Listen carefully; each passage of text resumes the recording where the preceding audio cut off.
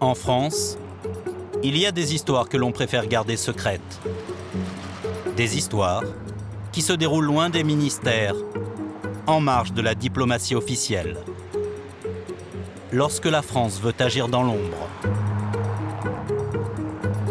à l'écart des grandes avenues et des monuments publics, dans le nord-est de la capitale, un bâtiment aussi austère qu'hermétique. Derrière les murs de cette ancienne prison se cachent les secrets les mieux gardés de la République. Ceux qui y travaillent l'appellent la boîte, ou bien encore la piscine. Son vrai nom, la caserne Mortier. C'est le siège de la DGSE, la Direction Générale de la Sécurité Extérieure, les services secrets français. Ici, on ne prononce jamais le mot d'espionnage, on préfère parler de renseignement. Les espions, ce sont les autres, ce sont ceux d'en face. Quand il faut passer à l'action en dehors du territoire national, c'est à ces hommes de l'ombre qu'on fait appel. Ils seraient entre 5 et 10 000, impossible de connaître leur nombre et leur rôle exact. Si on peut avoir un peu d'influence, ben oui, on l'exerce, on essaie d'exercer cette influence. Mais ce qu'il faut, c'est organiser un climat de confiance. Intimidation, pression. Dans ce monde, on ne recule devant aucune méthode. On apprend à quelqu'un qu'on a un dossier sur lui. Vous savez, ça suffit. Là où la loi s'arrête, le travail des services secrets commence. Ils peuvent recruter des agents étrangers, approcher des personnalités politiques et même financer des actions illégales, toujours dans l'intérêt supérieur de la France. Quand on traite avec des personnalités qui sont des personnalités du domaine politique ou autre, c'est de la paradiplomatie. Ils veulent nous manipuler. Ils veulent créer un climat de doute. Des actions qui pourraient aller jusqu'au meurtre. On a la conviction qu'on fait un travail qui est noble, au fond. À travers 2 enquêtes qui nous ont menés de Bruxelles au Kosovo, en passant par Amsterdam et l'Afrique du Sud, nous avons pu rencontrer quelques-uns de ces espions, mais aussi des vendeurs d'armes et des criminels.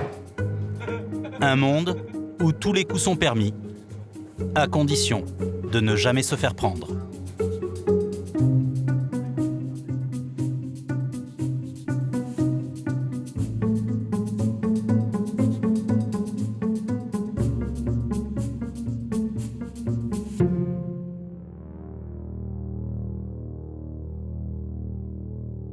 Notre enquête commence dans les Balkans, en ex-Yougoslavie, au Kosovo. Ce qui n'était qu'une petite région de la Serbie est devenu en 2008 un pays indépendant. Ce jour-là, une ferveur nationaliste monte du centre de Pristina, la capitale. Les supporters qui se sont réunis ce soir viennent acclamer le héros de l'indépendance kosovare. Il y a 3 ans, le pays s'est affranchi de la domination serbe. L'artisan de cette libération, c'est lui, Hashim Thaçi, 43 ans. Cet ancien étudiant en droit et philosophie est aujourd'hui Premier ministre. C'est votre dernier meeting? Vous pensez que vous allez gagner? Oui, ça va être une grande victoire.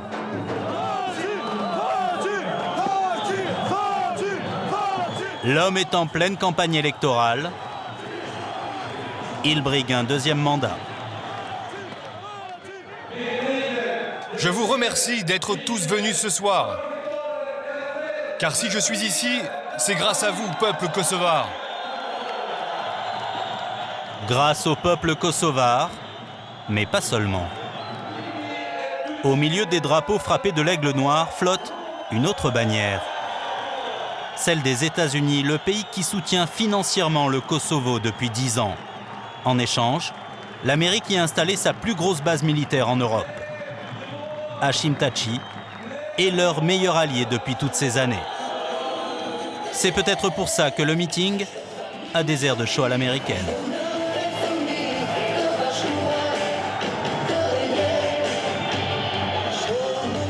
Si le Premier ministre doit sa position à Washington, ce qui est moins connu, c'est qu'il la doit aussi au service secret français. Hachim Tachi n'a pas toujours été l'homme politique respectable qu'il veut bien paraître. À la fin des années 90, on le connaît plutôt sous son nom de guerre, le Serpent. On le voit ici entouré de ses lieutenants.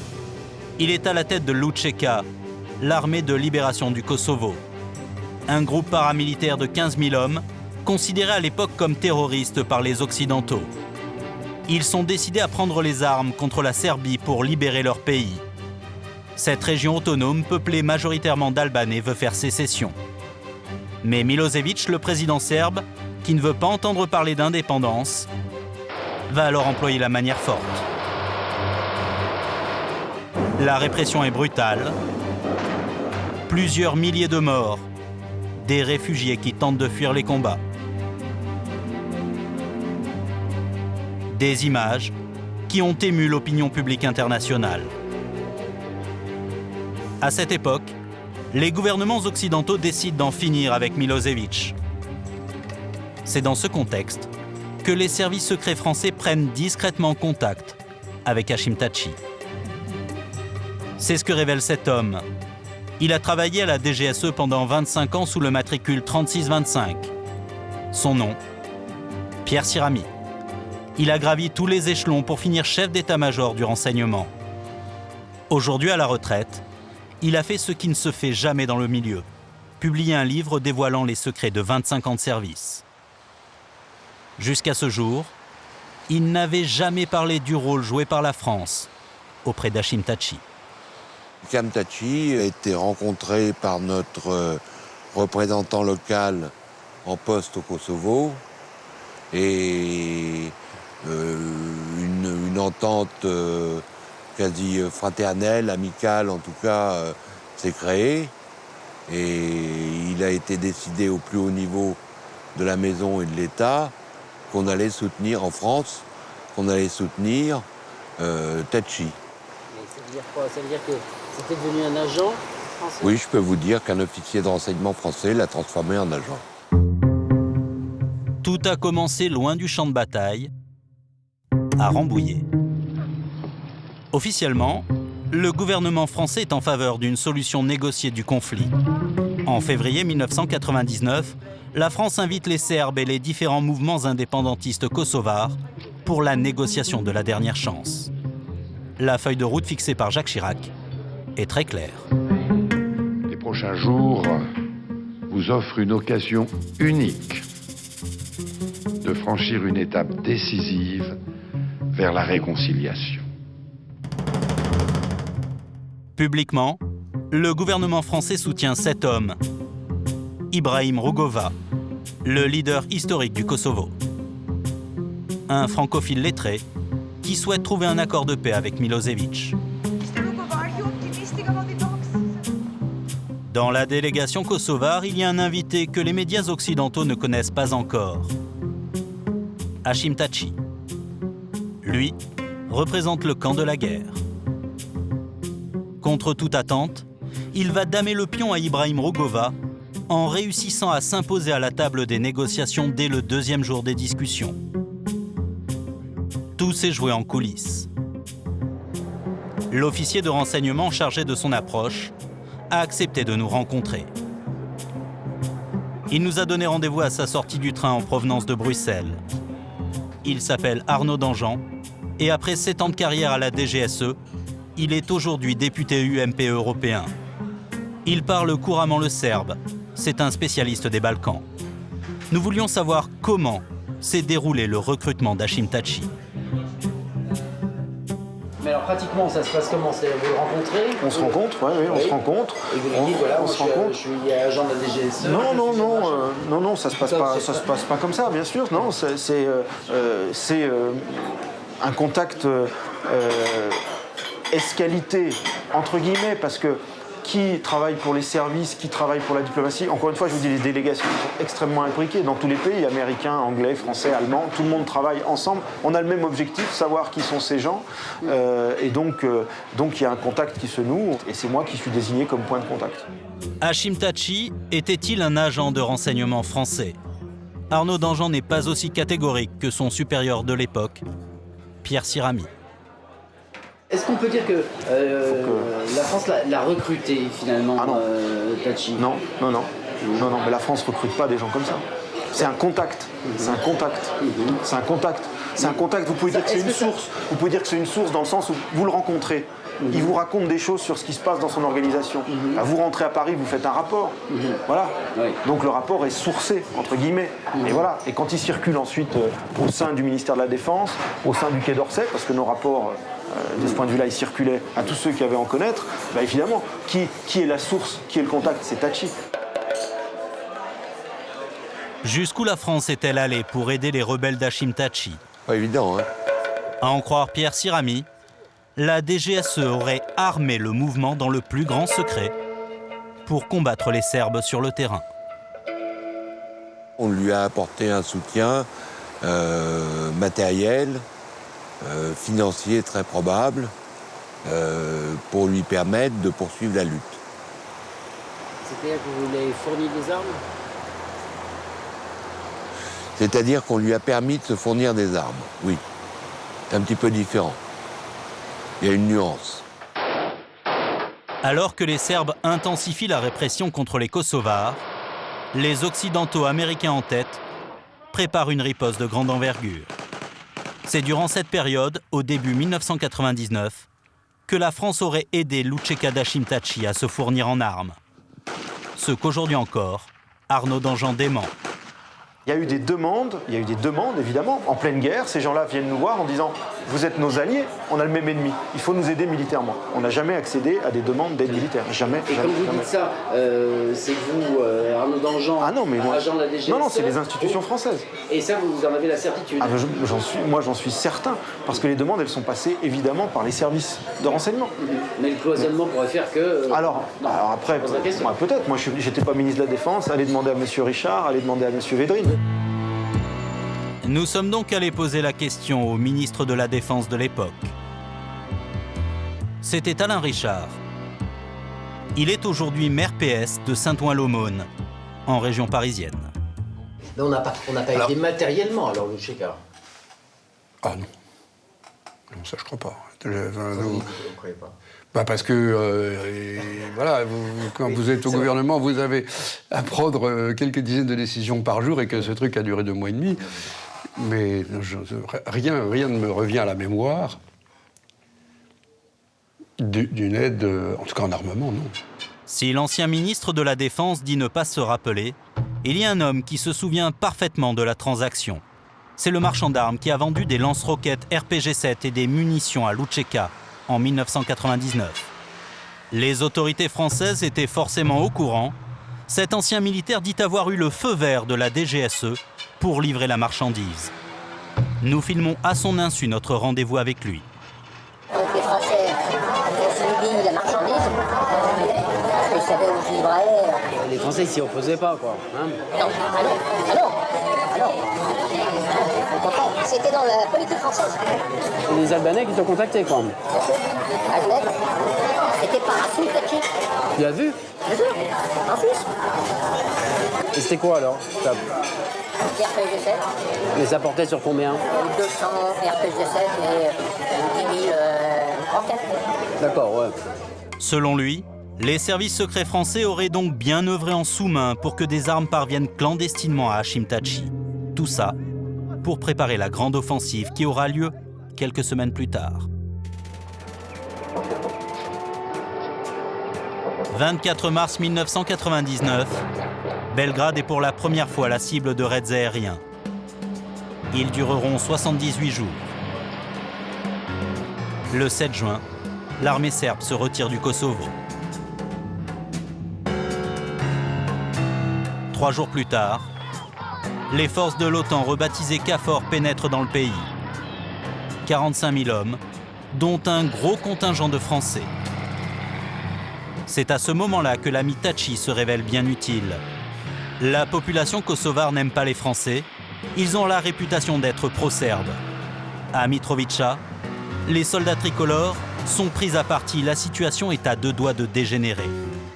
Celui qui va éviter que les Français soient pris pour cible, c'est Hachim Tači. Le serpent fait sa mue.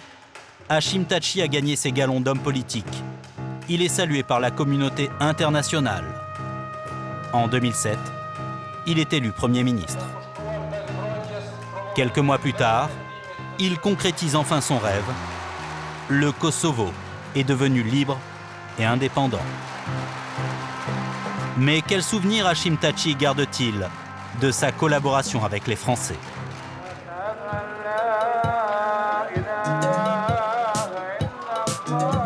Pour le savoir, nous nous rendons au Kosovo. Ce petit bout de territoire qui a causé la chute de Milosevic, c'est ça. Des kilomètres et des kilomètres de terres agricoles pauvres. Les Serbes les considèrent toujours comme le berceau de leur pays.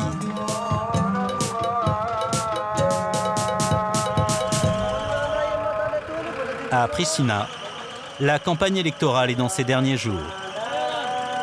Après de nombreuses démarches, nous décrochons enfin une interview avec le Premier ministre Hashim Thaçi. S'il refuse d'entrer dans les détails, il confirme qu'il a travaillé de façon très étroite avec les services secrets français. Jusqu'à aujourd'hui, notre collaboration m'a permis d'entretenir de bonnes relations avec Paris et le président Sarkozy. Arnaud Danjean, c'est l'un des hommes qui connaît le mieux la région en Europe. C'est l'expert numéro 1 des Balkans. Mais est-ce qu'il y a eu un soutien financier de la France, ou en tout cas par l'intermédiaire de M. Danjean? Nous avons reçu un soutien militaire, financier, diplomatique et humanitaire. Mais ils vous ont soutenu, vous, personnellement? À travers moi, c'est mon pays qui en a bénéficié. Je suis très content que cette aide soit passée par mon intermédiaire. Est-il toujours un agent français? Nous n'aurons pas la réponse à cette question. Mais l'homme qui a travaillé pendant 25 ans à la DGSE a son idée sur le sujet. Et est-ce qu'il est toujours un agent français? À ma connaissance, oui. En tant que Premier ministre? Bien sûr. Il a le soutien de la France. Aujourd'hui, Hashim Thaçi est devenu un agent d'influence. Son rôle est diplomatique. Il est un relais pour la France dans les Balkans.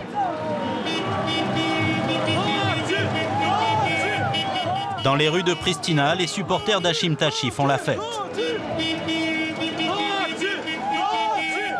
Le PDK, son parti, est arrivé en tête des élections.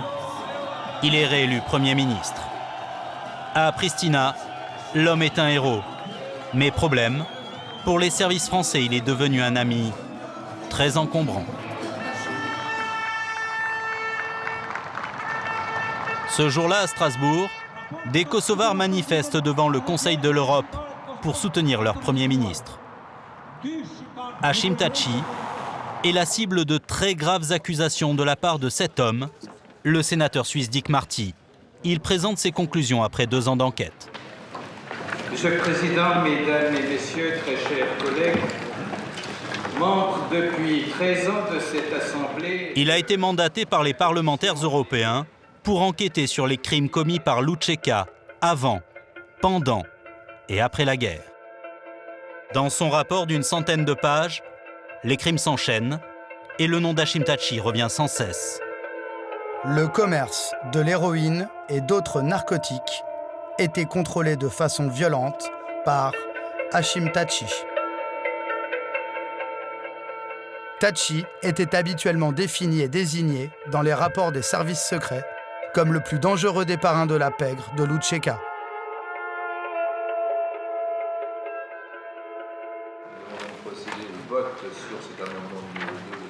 À une écrasante majorité, les parlementaires européens valident les résultats des investigations de Dick Marty. Désormais, c'est au Conseil de sécurité de l'ONU d'instruire le dossier. Face à ces accusations, Hashim Thaçi a dépêché sur place un émissaire, le numéro 2 de son parti. Il s'appelle Ravit Aliti. Lui aussi est accusé d'être l'un des chefs du clan mafieux. Personnellement, je me sens très à l'aise. Aucune des allégations de M. Marty me concernant n'est vraie. Je parle pour moi et pour tous les dirigeants de l'UÇK. En revanche, je déplore l'influence très négative de ce rapport pour l'image des Albanais en général et pour l'image des politiciens kosovars en particulier. Selon le rapport du Conseil de l'Europe, Hashim Thaçi ne se serait pas contenté de se livrer au trafic de drogue. Il aurait aussi du sang sur les mains. Pour en avoir le cœur net, nous décidons de nous rendre dans la vallée de la Drenica, le cœur de la révolte kosovare. La région d'origine d'Hashim Thaçi. Nous avons rendez-vous avec un politicien local, Gani Geçi. C'est l'opposant historique d'Hashim Thaçi. Lui aussi est un héros de la lutte contre la Serbie de Milosevic. Pendant la guerre, on le surnommait le Rambo de la Drenica. Okay. À notre arrivée, ce sont ces gardes du corps qui nous accueillent. Hello. How are you? Hello. How are you? Hello. L'homme a bien changé. Rambo s'est embourgeoisé.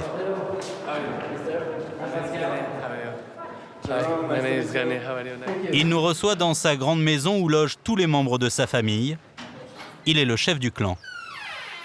Ici, c'est la salle de réception. C'est pour les invités importants. Ça, c'est la pièce des invités. Ici, c'est là où l'on accueille tous les invités de marque. Ibrahim Rugova, mais aussi Monsieur Haradinaj. Et alors, pouvez-nous décrire ça là-bas? Qu'est-ce que c'est? Ça, c'est mon grand-père. Notre grand-père. Il a été fusillé par les communistes en 1945. Là, les Américains de la base de Bomb Steel m'ont offert ce drapeau, en l'honneur de notre collaboration. C'est autour d'un café et d'un raki qu'il nous raconte comment Hashim Thaçi a entrepris d'éliminer physiquement ses opposants politiques. Gani Geçi connaît bien le sujet. Il a été pris pour cible par les tueurs d'Hashim Thaçi. Moi aussi, ils ont essayé de me tuer. C'était pas loin d'ici, là-bas dans le village. Heureusement, j'ai pu m'en sortir. J'ai perdu 2 de mes hommes. C'était mes amis. Et ils sont morts. Moi, j'ai été blessé. Mais j'ai survécu. La balle est entrée par là et elle est ressortie par là. J'ai pu récolter certaines informations. Les tueurs étaient à la solde d'Azem Çula. C'est lui qui les a payés pour essayer de m'éliminer. Azem Çula, c'est l'oncle d'Hashim Thaçi. Il dirige depuis 10 ans les services secrets kosovars, le CHIK. Et il était déjà présent au pourparlers de Rambouillet aux côtés de son neveu.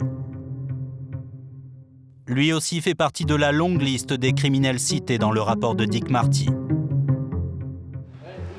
Vous portez une arme? Bien sûr que j'ai une arme. J'ai même un permis de port d'armes. Ce jour-là, il ne nous montrera que son autorisation de port d'armes. C'est pour votre sécurité? Oui, c'est plus sûr. Depuis qu'on a essayé de le tuer, ce sont ses neveux qui assurent sa protection. Ici, on ne peut faire confiance qu'à la famille. À ce jour, Hashim Thaçi et ses hommes de main sont suspectés dans la disparition de 470 personnes. Elles étaient serbes, roms et albanaises, et elles ont connu un sort particulièrement tragique. Dès 2003, un rapport confidentiel de l'ONU parle d'un trafic d'organes qui aurait été orchestré par l'UÇK. Les prisonniers furent emmenés dans le centre de l'Albanie, par petits groupes, dans une maison transformée en clinique improvisée. Là, on leur prélevait des organes et ensuite, ils mouraient. L'enquêteur du Conseil de l'Europe, Dick Marty, en est convaincu. Les services secrets occidentaux ne pouvaient ignorer l'étendue des crimes attribués au chef de l'UÇK. On découvre qu'il y a des rapports du FBI qui parlent de crimes organisés, de politique de M. Tachi déjà en 1998. C'est-à-dire avant la guerre. Mais je parle de crimes organisés, hein, pas nécessairement de trafic d'organes. Déjà, bon, l'UÇK, je vous rappelle, était considéré officiellement comme un groupe terroriste. D'accord. Mais est-ce que ça veut dire que l'ensemble des pays occidentaux, dont la France, connaissaient le passé ou je dirais le niveau d'implication mafieuse des différents leaders de l'UÇK, comme M. Tachi? Ou elle les connaissait, ou elle n'a pas voulu les connaître. Les services secrets français ont-ils réellement fermé les yeux? Nous retournons voir Arnaud Danjean, l'officier de renseignement français qui traitait directement avec Hachim Tachi. Lui dit n'avoir jamais été informé des crimes reprochés à son ami kosovar. Et pour des raisons, j'allais dire des raisons d'État, est-ce que vous n'avez pas choisi ce monsieur en connaissance de cause? Vous saviez ce qui s'était passé, son passé, ce qui se passait? Non, moi je vous ai dit qu'on démarrait de zéro. On démarrait de zéro. On fait une enquête quand même. On fait des enquêtes, mais on essaye de savoir. Après, vous allez savoir. Regardez, ce qui ressort Marty, là, on est aujourd'hui en 2011. Moi, j'en ai jamais entendu parler avant. J'en ai jamais entendu parler avant. 2003, j'ai jamais vu de rapport de l'ONU en 2003 sur les trafics d'organes. Jamais. Alors, il y a peut-être des gens qui savaient. Moi, je peux vous dire. Et on est nombreux dans les services secrets, donc on a un peu des informations quand même. Non on a des informations qu'on veut bien aller collecter, qu'on peut bien trouver. Aujourd'hui encore, pour Arnaud Danjean, l'opération Hachim Tachi est une réussite. Moi, les intérêts, c'était les intérêts de la France. Les intérêts de la France, c'était que ça se passe bien, ou le moins mal possible, dans une situation qui était confuse et difficile. J'estime qu'on a plutôt bien fait notre boulot. Bon, voilà, j'estime qu'on a plutôt bien fait notre boulot. Après, il peut se révéler quoi que ce soit sur Tachi. Moi, j'allais dire, c'est pas mon problème. C'est pas mon problème. Non, ce qui est gênant, Arnaud Danjean a été décoré de l'Ordre du Mérite pour service rendu. Il est même devenu député européen. Ça tombe bien, Hachim Tachi rêve de faire entrer le Kosovo dans l'Union européenne. Le leader kosovar y possède peut-être le meilleur agent infiltré qui soit, son ami de 12 ans, Arnaud Danjean. Petite ironie de l'histoire, c'est comme si les rôles s'étaient inversés. Les services secrets français ne sont pas très regardants sur le passé des agents avec lesquels ils travaillent. Parfois, avoir recours à ce genre de personnages sulfureux entraîne les services dans des affaires beaucoup plus graves.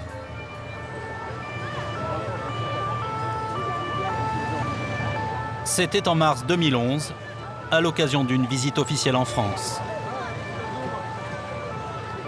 Le président d'Afrique du Sud, Jacob Zuma, est accueilli en grande pompe, pas par le président de la République, mais par le maire d'une petite ville de la banlieue parisienne. Le maire d'Arcueil, pas vraiment habitué à recevoir des chefs d'État. Si le président sud-africain a tenu à faire le déplacement ici, c'est en souvenir de l'une des figures de la lutte anti-apartheid, Dulcie September. Elle était la représentante de l'ANC en France, le parti de Nelson Mandela, et elle a résidé un temps dans cette ville. Dans quelques jours, nous commémorerons le 23e anniversaire de son assassinat par les tenants de l'apartheid. Un assassinat commis à Paris et qui reste hélas encore impuni aujourd'hui. Son meurtre n'a jamais été élucidé. 29 mars 1988, il est 10h du matin. Au numéro 28 de la rue des Petites Écuries à Paris, Dulcie September est abattue sur le palier de son bureau, de 5 balles dans la tête. 4 tirées à bout portant de face, et une dernière dans la nuque pour l'achever. Un témoin a aperçu 2 hommes de race blanche qui s'enfuyaient. Pour l'opinion publique et la police, le meurtre est signé. Tout accuse le pouvoir sud-africain blanc en place et ses escadrons de la mort. le régime raciste que combattait Dulcie September depuis toujours. L'apartheid, c'est une forme de racisme institutionnalisé. C'est un système économique basé sur des profits élevés, réalisés par les patrons et les compagnies internationales. C'est aussi un système fasciste fondé sur le nationalisme chrétien.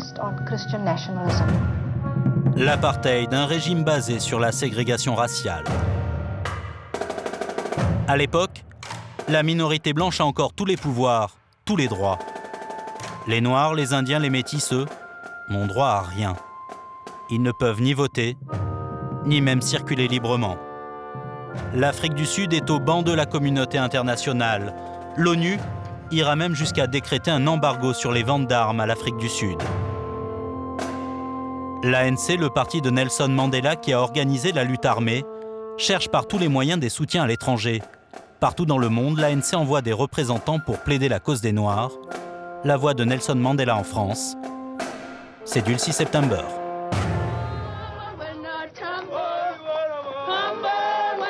Le jour de son enterrement, tout le monde en est persuadé. Ce sont les services secrets sud-africains qui l'ont tué. Mais est-ce aussi simple? Dans tout crime, il faut d'abord chercher le mobile. Alors ça, c'est le cimetière du Père-Lachaise. Il y a un monde fou. Hein. Ah, mais il y avait 10 000 personnes. Hein. C'était quasiment funérailles nationales. Hein. Enfin, sauf que c'était pas le gouvernement, je veux dire. Mais non, c'était terrible. C'était... Ah oui, non, mais les gens ont été choqués. Hein. Jacqueline Derain, c'était sa plus proche collaboratrice, sa compagne de lutte, son amie. Elle se voyait toutes les semaines. Jacqueline se rappelle que quelques mois avant son assassinat, la militante de l'ANC se sentait en danger. Tous ces mouvements anti-apartheid, hein, c'est vraiment lui qui a été... Dans les mois qui ont précédé, il y a eu des menaces, des signes, des choses... Oui, il y a eu donc cette agression dans le métro, hein, pour laquelle elle a été portée plainte, et on l'a un petit peu envoyée en disant bon, c'est pas grave, hein, ça... Bon, et quand on a essayé d'expliquer que c'était pas n'importe qui quand même, hein, qu'il faudrait peut-être se faire attention, et ben elle est allée au commissariat. Alors moi je suis pas allée, je pense qu'elle a dû aller avec sa secrétaire, avec Joyce, et a donc porté plainte quoi, contre l'agression.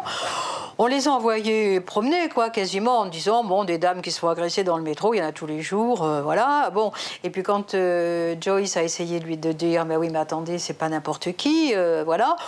Bof, on n'a pas pris ça très au sérieux, voilà. Et quelques mois après, elle a été tuée. Beaucoup de monde pouvait en vouloir à Dulcie September. Elle dérangeait car elle n'avait de cesse que de montrer du doigt les pays qui continuaient de commercer ouvertement avec l'Afrique du Sud, et en particulier la France. Et donc elle dénonçait tous ceux qui se mettaient en travers de ce chemin. Et ceux qui se mettaient en travers de ce chemin, c'était les hommes politiques qui soutenaient l'apartheid, c'était les industriels qui voulaient rien entendre et qui disaient « nous, on fait des affaires, le reste, c'est pas notre affaire ». Voilà, c'est ça qu'elle dénonçait. Mais évidemment, ça lui faisait beaucoup d'ennemis. Il y a un homme qui a beaucoup œuvré pour que la France maintienne les meilleures relations possibles avec le régime pro-apartheid. Un ancien de l'OS devenu conseiller de Charles Pasqua, alors ministre de l'Intérieur. Aujourd'hui, il coule une retraite paisible à Cannes. Jean Taousson faisait du lobbying à travers un obscur journal, le Courrier Austral Parlementaire, financé par le gouvernement de Pretoria. On ne soutient pas l'apartheid. Pourquoi on soutenait l'apartheid? On ne soutenait pas l'apartheid. On n'en avait rien à foutre de l'apartheid. Nous, ce qu'on faisait, c'était essayer d'éviter une révolution et essayer de conserver des possibilités d'approvisionnement des métaux stratégiques. Voilà. Nickel, cobalt, platine, diamant, uranium, des minerais indispensables pour le développement industriel de la France. À l'époque, Jean Taousson a été accusé par la presse d'être mêlé au meurtre de Dulcie September. Il n'a finalement jamais été inquiété par la justice et il a gagné tous ses procès en diffamation contre les journalistes. Ça, c'est 80 légendes du siècle. Ils ne m'ont pas accusé de meurtre exactement, ils ont dit qu'on l'avait organisé. Bon, je ne veux pas revenir là-dessus parce que vous allez me remettre dans la merde avec cette histoire. Non, c'est pas dans la merde parce que vous y êtes pour rien. Non, mais j'ai pas envie qu'on parle de ça. Oui. Vous savez, je suis pas commode. Hein. Dans le discours qu'elle s'apprêtait à faire, Dulcie September devait dénoncer des entreprises françaises qui livraient des armes à l'Afrique du Sud. Elle a été tuée juste avant. À Amsterdam, nous avons rendez-vous avec une journaliste qui enquête sur l'affaire depuis des années. Evelyne Greninck a pu interviewer policiers, témoins, proches de la victime, et elle a même eu accès aux archives privées de Dulcie September. Je me suis dit qu'il fallait faire ce qu'aurait dû faire tout bon enquêteur depuis le début. Trouver sur quoi travaillait Dulcie avant d'être tuée. Et j'ai trouvé dans ses documents à son bureau qu'elle enquêtait sur les trafics d'armes. Pas simplement d'une manière superficielle. Dulcie était connue pour le sérieux de son travail. Elle voyait ça comme une mission d'arrêter ce genre de choses. Dulcie September avait-elle découvert des informations sensibles? Avait-elle la preuve que la France contournait l'embargo sur les armes? Pour le savoir, il nous faut retrouver les camarades de Dulcie September, ceux qui menaient le combat avec elle en Europe. Ils sont tous retournés vivre en Afrique du Sud. Notre premier rendez-vous est à Johannesburg, avec un ami personnel de Dulcie September. Durant les années de l'apartheid, il était le représentant officiel de Nelson Mandela à Londres. Il est devenu ensuite son vice-ministre des Affaires étrangères. Il s'appelle Aziz Pahad et sa maison se trouve sur les hauteurs de Johannesburg.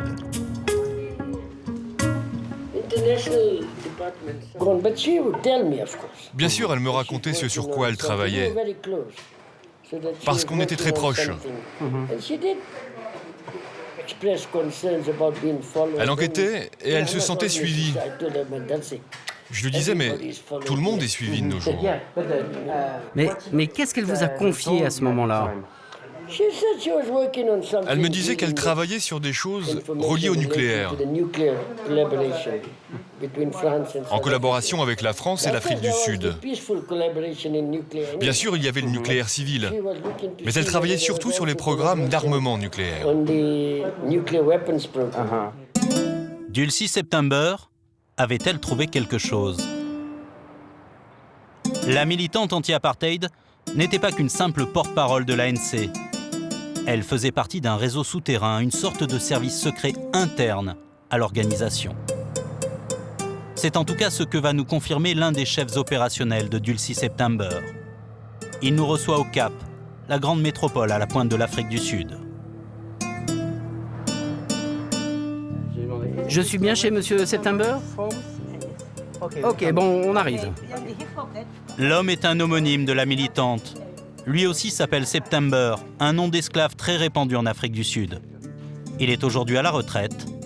Il a combattu toute sa vie dans les réseaux de l'ombre.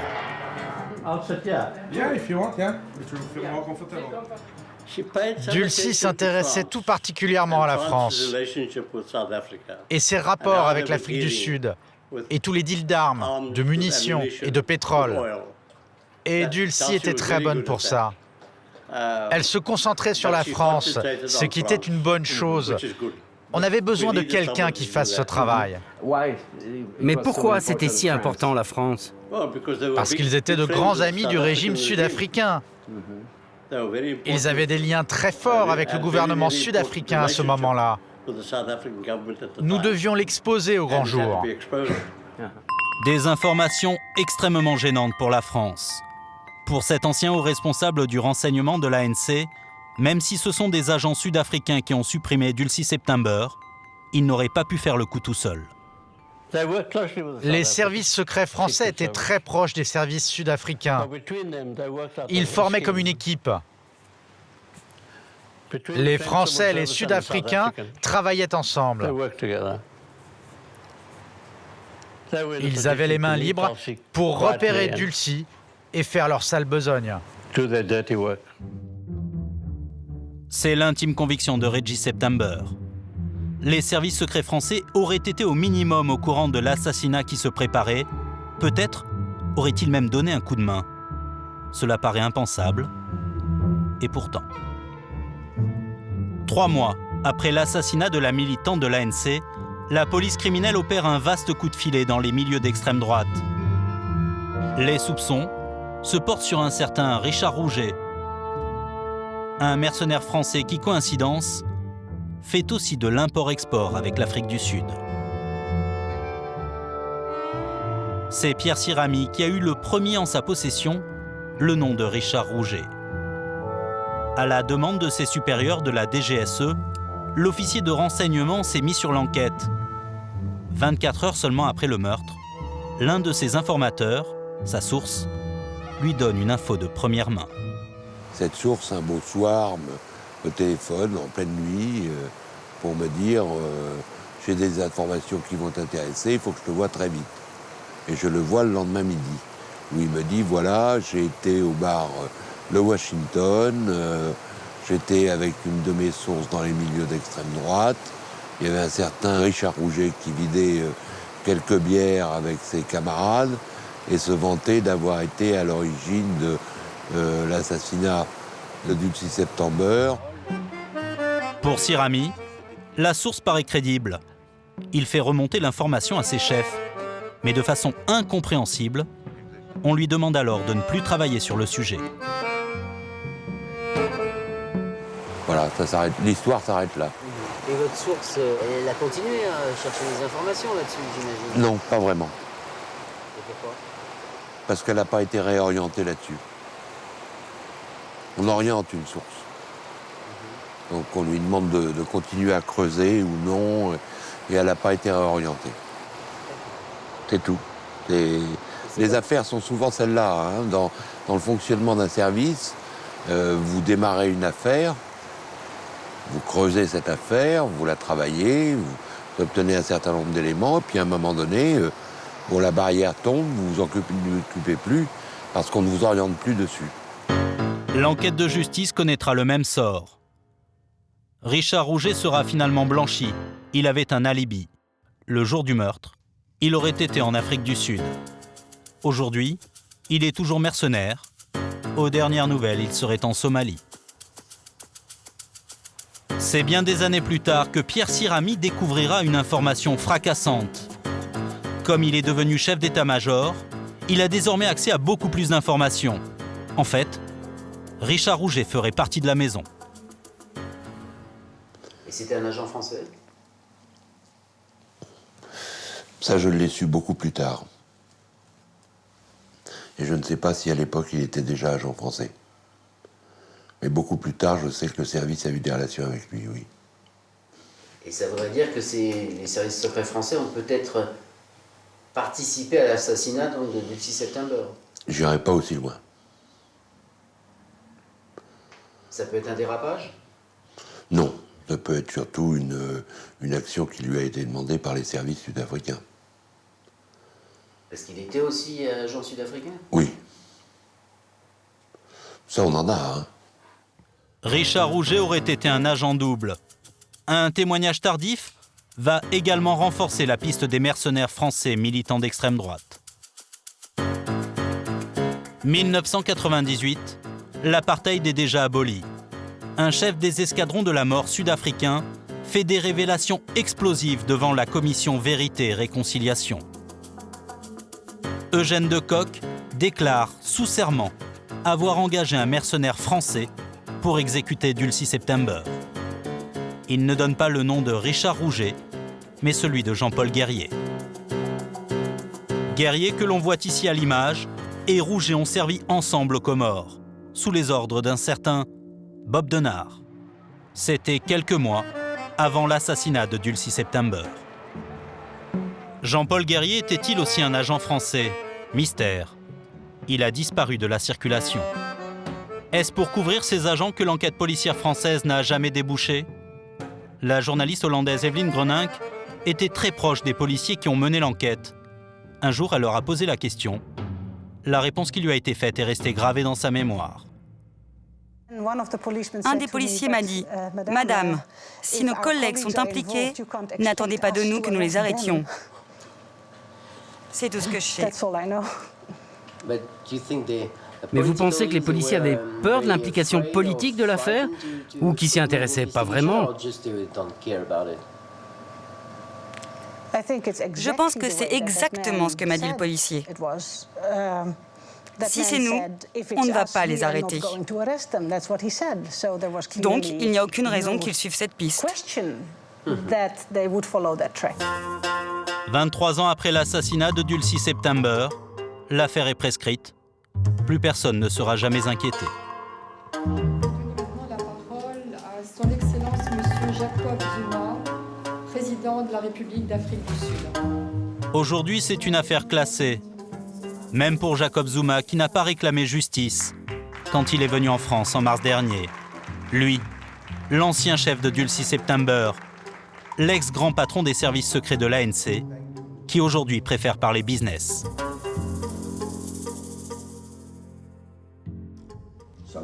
L'Afrique du Sud et la France entretiennent de très bonnes relations politiques et économiques. Cette relation s'est construite à travers le temps et s'est renforcée depuis l'avènement de notre démocratie.